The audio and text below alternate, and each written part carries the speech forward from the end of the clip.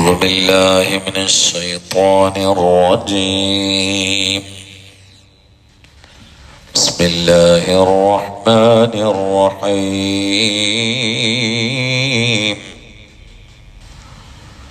ولقد آتينا موسى الكتاب وقفينا من بعده بالرسل وآتينا عيسى ابن مريم البينات وأيدناه بروح القدس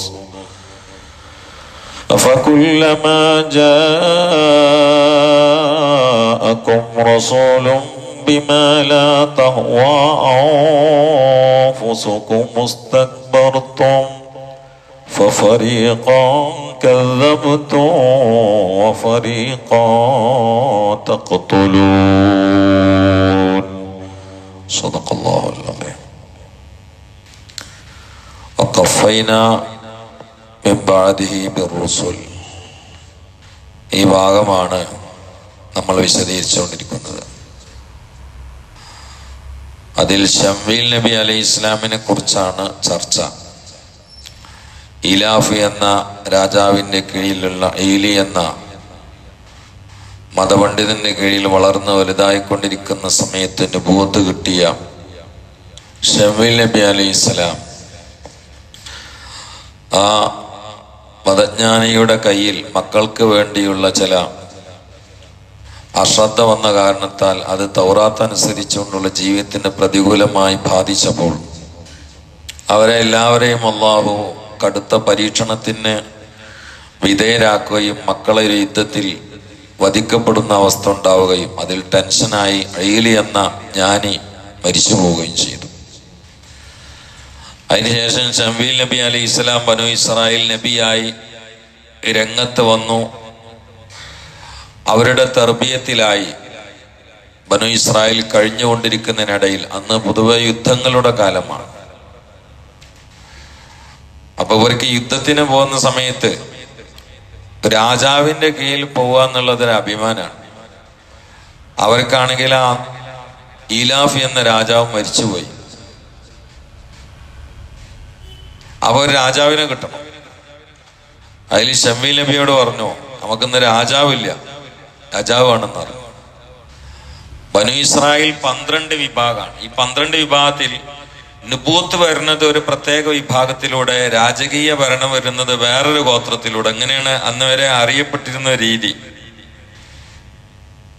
ശമീൽ നബിയോട് പറഞ്ഞു, നമുക്ക് രാജാവിനെ വേണമല്ലോ, എന്താ ചെയ്യാന്ന് വെച്ചു. അപ്പൊ ശമീൽ നബി അലൈഹി സ്വലാം അള്ളാഹിനോട് ദ്വായിരുന്നു. അപ്പൊ അള്ളാഹു പറഞ്ഞു, രാജാവിനെ തരാം. ആരാണെന്ന് വെച്ചു. ആരാണെന്നുള്ള കണക്കിൽ നിങ്ങൾ വലിയൊരു വടി തോട്ടി ഉണ്ടാക്കുക. ആ തോട്ടിന്റെ അളവിന് നീളത്തിന് നിങ്ങളെടുത്ത ആള് വന്നാൽ ഓനാണ് രാജാവ്. അപ്പോ വലിയ തോട്ടി ഉണ്ടാക്കി ആ തോട്ടിന്റെ മുകളില്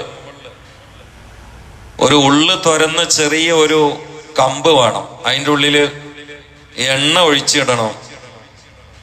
ഈ രാജാവേണ്ട ആള് നിങ്ങളെടുത്ത് വരുമ്പോ ഈ എണ്ണ ഇതിൽ തിളക്കും, ഇതിനുള്ളിൽ കിടന്ന് തിളക്കും. തിളച്ചാൽ ഈ വടി കൊണ്ട് അളന്നാൽ ഇതിന് കറക്റ്റായിട്ടുള്ള ആളായിരിക്കും ആ വന്നിട്ടുള്ളത്. അപ്പൊ ഈ തിളച്ച എണ്ണ അയാളെ തലയിൽ ഒഴിച്ചു കൊടുത്തിട്ട് രാജാവാക്കിയാൽ മതി എന്ന് പറഞ്ഞു. ശമീൽ നബി അലൈഹി സ്വലാം ഈ വടിയുമായി ബനു ഇസ്രായേൽ ഒരുപാട് ആളുകൾ ആണെന്നു. അളക്കാൻ വേണ്ടി വരുന്ന ആളുകൾക്കൊക്കെ നല്ല പ്രതീക്ഷ ഉണ്ടായിരുന്നു രാജാവ് ആവോ എന്നുള്ള. അന്നത്തെ ഒരു എലക്ഷൻ അങ്ങനെയെന്ന് കരുതിയാൽ മതി. പക്ഷെ ഈ വടിക്കൊത്ത അളവുള്ള ആരെയും കിട്ടിയില്ല. അങ്ങനെ വടിയെ സൂക്ഷിച്ച് ശമീൽ നബി അലൈഹി സ്വലാം അങ്ങനെ കഴിഞ്ഞു ഓടുന്ന സമയത്ത് ആ നാട്ടിൽ വളരെ താഴെ കുടുംബത്തിൽപ്പെട്ട ഒരു വിഭാഗമുണ്ട്. അവരുടെ പണി തോല് ഊറക്കിട്ടിട്ട് വിൽക്കുക. അറുക്കപ്പെട്ട മൃഗങ്ങളുടെ തോല് അത് ഊറക്കിട്ടിട്ട് വിൽക്കുന്ന ആളുകളാണ്. അപ്പൊ അത്രയും ആളുകളാണ് നമ്മളെ ഈ നാട്ടില്. അങ്ങനത്തെ നമ്മള് വലിയ സ്റ്റെപ്പില് കാണാറില്ലല്ലോ. വളരെ മോശം എന്നല്ല അതിന്റെ അർത്ഥം, ഉയർന്ന ആളുകളെല്ലാം. അപ്പൊ ഇങ്ങനെ ഈ തോല് ഊറക്കിട്ട് ജീവിച്ച് ഇങ്ങനെ പോകുന്ന ഒരു കൂട്ടരാണ്. അതാണ് ഈ താലൂത്ത് എന്ന് പറഞ്ഞ ആള്. അവരെ വാപ്പാന്റെ പണി അതായിരുന്നു. ഒരിക്കൽ അവരുടെ കഴുതുണ്ട്, അവരെ യാത്രയെ ഉപയോഗിക്കുന്ന കഴുത, വാപ്പാന്റെ കഴുതാണ്. ഈ കഴുതിനെ കാണാതായപ്പോ വാപ്പ താലൂത്ത് എന്നുള്ള മോനോട് പറഞ്ഞു, മോനെ ഈ ആ കഴുതനെ എല്ലായിടത്തും തെരഞ്ഞ്, നമ്മളെ വണ്ടിയൊക്കെ നഷ്ടപ്പെട്ടാണ്ടല്ലോ, ഒരുപാട് സ്ഥലങ്ങളിൽ പോയി കറങ്ങുമല്ലോ. അപ്പൊ നമ്മള് നഷ്ടപ്പെട്ട വണ്ടി അതിനെ തിരിച്ചു കിട്ടണമല്ലോ. അപ്പൊ ഈ അവരെ വീട്ടിൽ സെർവൻ്റ് ഉണ്ടായിരുന്നു, അതിനെയും കൂട്ടിയിട്ട് തെരയാൻ പോയിക്കോന്ന് പറഞ്ഞു. ഒരു രണ്ടാളും കൂടി ഇങ്ങനെ നഷ്ടപ്പെട്ട കഴുതനെ തെരയാൻ വേണ്ടി പോയി അവസാനം ശംവീൽ നബിയുടെ വീടിന്റെ അടുത്തെത്തി. അപ്പൊ ഈ കുട്ടി പറഞ്ഞു, ഇത് നബിന്റെ വീടാണ്, ശംവീൽ നബിന്റെ വീടാണ്, നമ്മൾ ഒരുപാടായാലേ നമ്മളെ കഴുതനെ തെരയണ്, മൂപ്പരോട് പോയി പറഞ്ഞാൽ മതി, അള്ളാന്റെ ആളല്ലേ, അള്ളാഹു തആല അറിയിച്ചു കൊടുത്തോളൂ, അപ്പൊ നമുക്ക് കിട്ടുമെന്ന് പറഞ്ഞു. അപ്പൊ ജാലൂത്ത് ഈ അടിമയുമായിട്ട് ഇങ്ങനെ വരുന്ന സമയത്ത് തന്നെ വടിന്റെ മുകളിലുള്ള എണ്ണ തിളക്കാൻ തുടങ്ങിയപ്പോ ശംവീൽ നബിക്ക് മനസ്സിലായി രാജാവ് തന്നെയാണ്.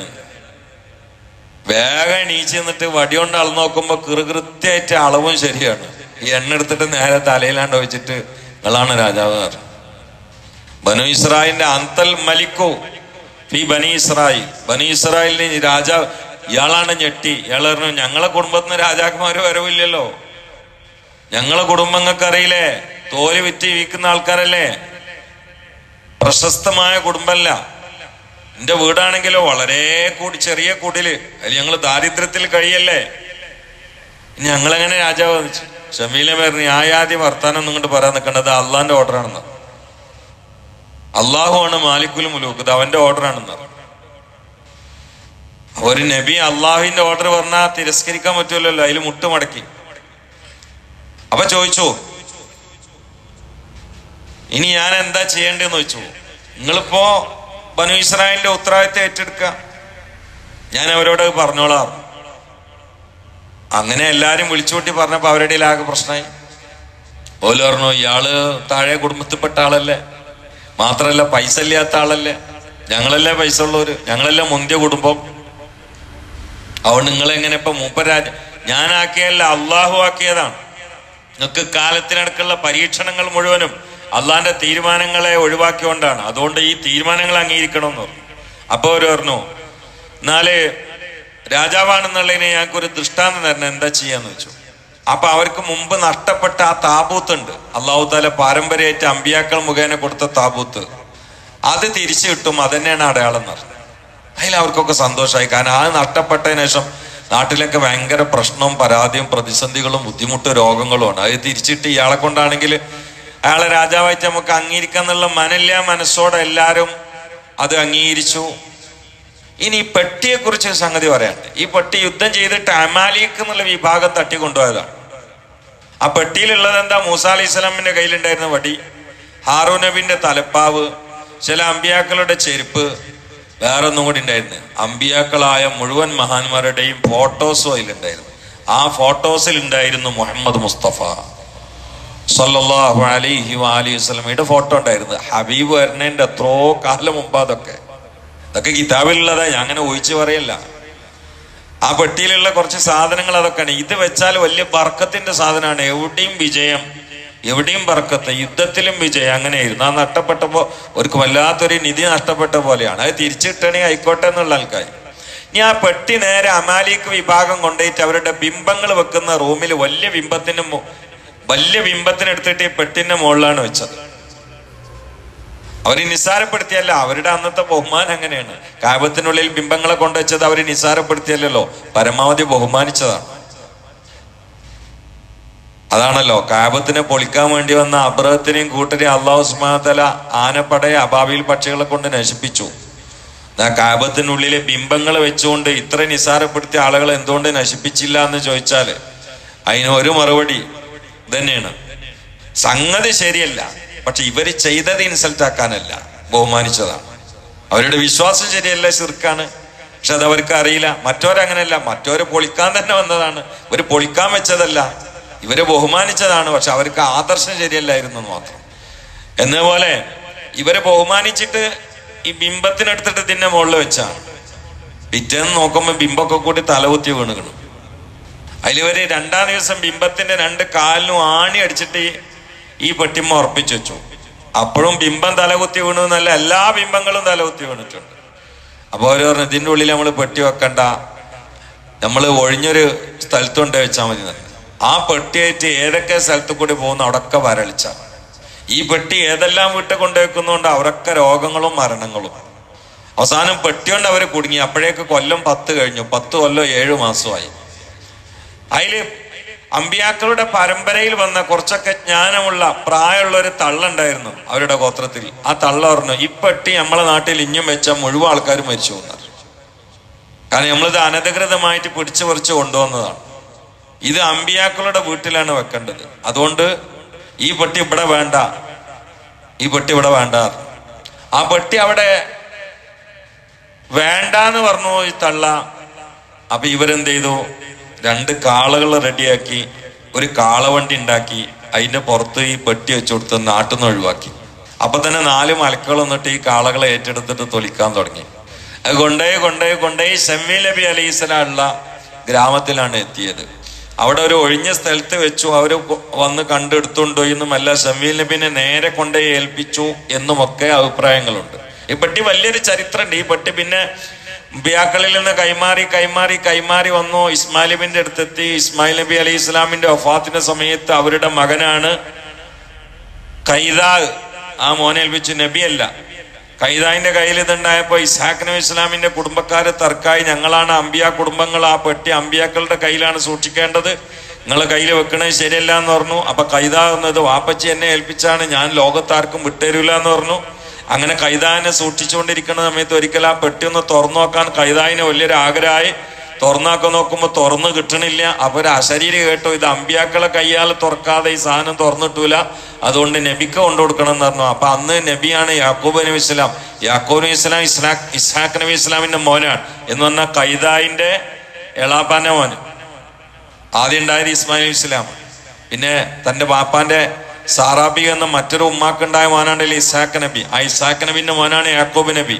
യാക്കൂബ് നബിന്റെ മോനാണ് യൂസുഫ് നബി. ഇങ്ങനെയല്ല പോകുന്നത്. അപ്പൊ യാക്കൂബ് അലൈഹി ഇസ്ലാമിന്റെ നാട് ലക്ഷ്യാക്കിയിട്ട് പെട്ടിയും താങ്ങിയിട്ട് നടക്കാൻ തുടങ്ങി. അത് നല്ലൊരു മനസ്സല്ലോ. അത് നമുക്ക് പറ്റൂല എന്നുണ്ടെങ്കിൽ ബന്ധപ്പെട്ട അർഹതപ്പെട്ട ആളുകൾക്ക് എത്തിക്കുക എന്നുള്ളത്. നടന്ന് അവിടെ എത്തിയപ്പോ യാക്കൂബ് ഇസ്ലാം കണ്ടപ്പോഴേക്കും സന്തോഷത്തോടെ എണീറ്റെന്നോ, ഈ ആകെ ടെൻഷനായിക്കലും എന്താ പ്രശ്നം എന്ന് വെച്ച്, ഈ പെട്ടി നബി അമ്പിയാക്കളെ കൈകൊണ്ടല്ല തുറക്കാൻ പറ്റൂല എന്നുള്ള വിവരം എനിക്ക് കിട്ടിയിട്ടുണ്ട്, അതുകൊണ്ട് എനിക്ക് വേണ്ടെന്നൊക്കെ പറഞ്ഞ് കൈമാറി. അങ്ങനെ തുറന്നപ്പോഴാണ് ഈ സാധനങ്ങളൊക്കെ കണ്ടത്. ആ കൂട്ടത്തിലുണ്ട് റസൂലുള്ളാഹിന്റെ ഫോട്ടോ ഉണ്ട് സല്ലല്ലാഹു അലൈഹി വസല്ലം. കണ്ടിട്ട് കരഞ്ഞെന്നൊക്കെ വലിയൊരു ചരിത്രം. ഞാൻ ഈ സമയത്ത് ആ ഭാഗം വിശദീകരിക്കണില്ല. ഏതായാലും ഈ പെട്ടി അവസാനം ശമ്മീൽ നബി അലൈഹി ഇസ്ലാമിന്റെ വീട്ടിലെത്തി. അതോടുകൂടി ഖുർആൻ പറഞ്ഞ പെട്ടിയാണ് കേട്ടോ. ഇത് എന്തെങ്കിലും ഊഹങ്ങൾ എടുത്ത് പറയല്ലേ, ഇത് ഖുർആൻ പറഞ്ഞ പെട്ടിയാണ്. താബൂത്തുൻ ഫീഹി സക്കീന, ഖുർആൻ പറഞ്ഞാണ്. ആ പെട്ടി ശമ്മീൽ നബി അലൈഹി ഇസ്ലാമിന്റെ കയ്യിലെത്തി. അതോടുകൂടി ബനൂ ഇസ്രായേലിനൊക്കെ വലിയ സന്തോഷമായി. പിന്നെ ശമ്മീൽ നബിയുടെ നേതൃത്വത്തിലായി ബനൂ ഇസ്രായേൽ ഇങ്ങനെ നീങ്ങിക്കൊണ്ടിരിക്കുകയാണ്. ഇൻഷാ അല്ലാഹ് ബാക്കി നമുക്ക് പിന്നെ പറയാം. അല്ലാഹു തൗഫീഖ് ചെയ്യട്ടെ. സല്ലല്ലാഹു അലാ മുഹമ്മദ് സല്ലല്ലാഹു അലൈഹി വസല്ലം.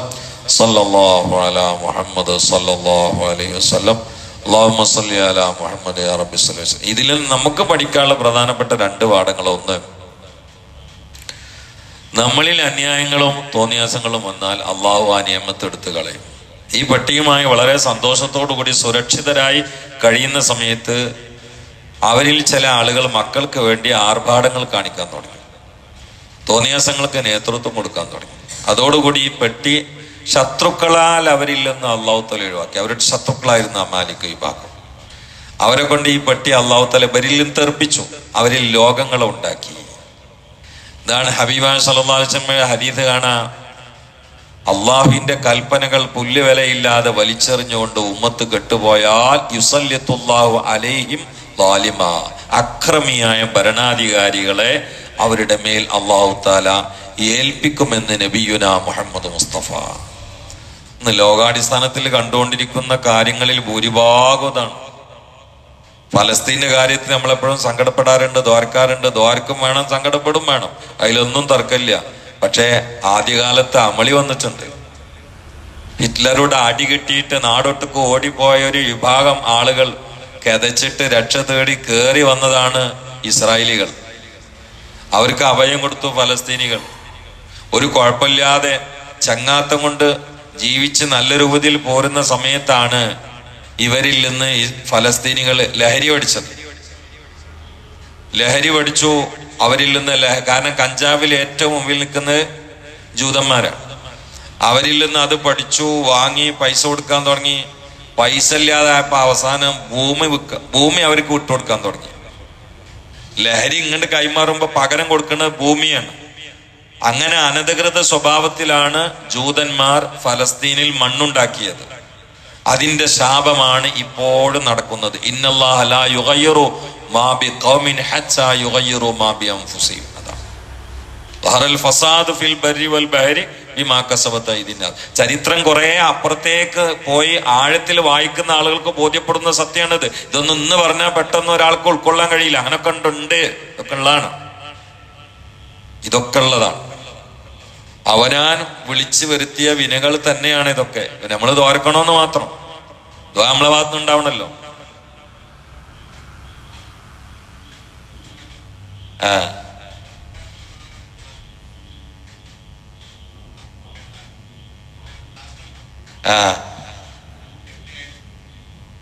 അവർക്കൊരു പ്രത്യേക, ലോകത്തൊരു പ്രത്യേക രാജ്യമില്ലാത്തൊരു വിഭാഗം ജൂതന്മാർ മാത്രമാണ്. പലയിടത്തും കേരളത്തിൽ വരെ പോലെ ഉണ്ടായിരുന്നല്ലോ.